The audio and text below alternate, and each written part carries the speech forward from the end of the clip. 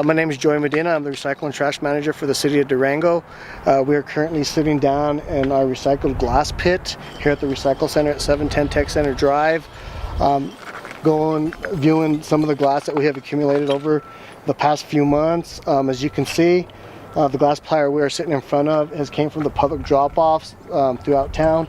You can see some of the contamination that is in the glass. We got plastic bags, paper bags, so on and so forth.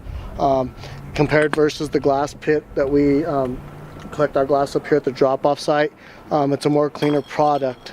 So starting December 18th, the city will be removing the public drop-offs from behind Wagon Wheel Liquor and 32nd Street behind our city market, and all glass recycling will now have to come up to the City of Durango Recycle Center to be processed and recycled. The Recycle Center is located at 710 Tech Center Drive.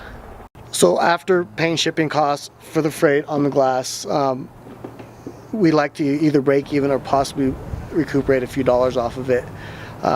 But with the freight expenses that's associated with hauling glass, it's very expensive.